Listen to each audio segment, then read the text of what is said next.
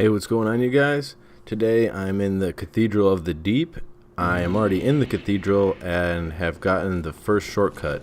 This is a list of the items that I'm going to be going over in this video, so please stay tuned to make sure you don't miss any of them. The first shortcut is basically about 5 to 10 minutes. Basically, once you enter the cathedral, you can walk back down and head to a shortcut that'll get you to the bonfire right after. The first item we're going to get is Lloyd's sword ring, which boosts attack when HP is full. This is pretty useful. I haven't really used it that much yet, but most of the time I feel like everybody tries to keep their HP full, and a lot of enemies you deal with multiple times, so you should be able and have a pretty good pattern down, and being able to keep your HP full is kind of a good idea. The second item we're going to go over is right inside this chest. Please be very careful. You can see the chest breathing, so that's a dead giveaway that this is a mime or mimic, whatever you prefer to call it. But it does drop a pretty useful item, like most of them do. And the item it drops is the Deep Braille Divine Tome, which you can actually give to Irina, who is the cleric, and it will unlock deep protection and another miracle called Gnaw. And I'm not actually sure what Gnaw does, but it sounds pretty badass. I don't use any miracles. I have a couple spells, but I don't really use sorcery that much with this character so far. I do use magic weapon and soul arrow from time to time, as you can see. But if you head back up the stairs and up to this second part on the landing, there is another item up here that's pretty useful and you don't want to miss, especially if you're into miracles. It is Seek Guidance.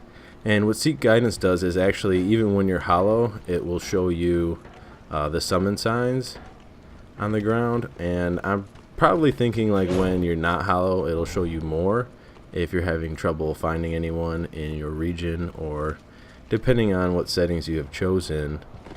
Hopefully it should give you more options. I don't know. I don't really have that much experience using it. And especially right now, early in the game, summon signs are pretty plentiful, especially outside boss gates. It's actually a little ridiculous sometimes, and I've actually taken a couple snapshots of some pretty colorful ground. That night I actually just dropped. I do have a question for people, if you could help me out. Now, they have some really cool armor and cool weapons, but did they actually ever drop anything? Because all the knights that I've killed, they never drop anything. Also, you do want to be careful in this room because this cat spider thing drops down. So luckily for me, I actually went in and he dropped down and I was able to back out through the doorway.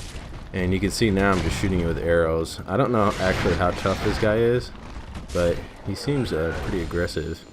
But luckily, this is a really easy and cheap way to kill him, and then you can pick up these items. Aldrichs' Saphire is a ring that recovers FP from critical attacks. This is definitely a really cool ring if you're into sorcery and spells, as it will refill your focus bar when you do the visceral or critical attacks, like the backstab or the parry to the riposte, things like that. As I entered this area, I was invaded by Kirk, who gives me the barbed straight sword and the spike shield. These are some of his weapons. I don't know where his armor is right now, but when I do find it, I will make a video about it.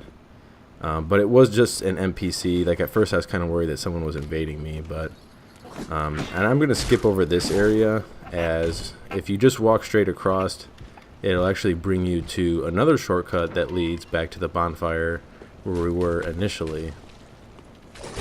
And I do want to say that the bonfire I did, just for clarification purposes, is the first bonfire after the Crystal Sage.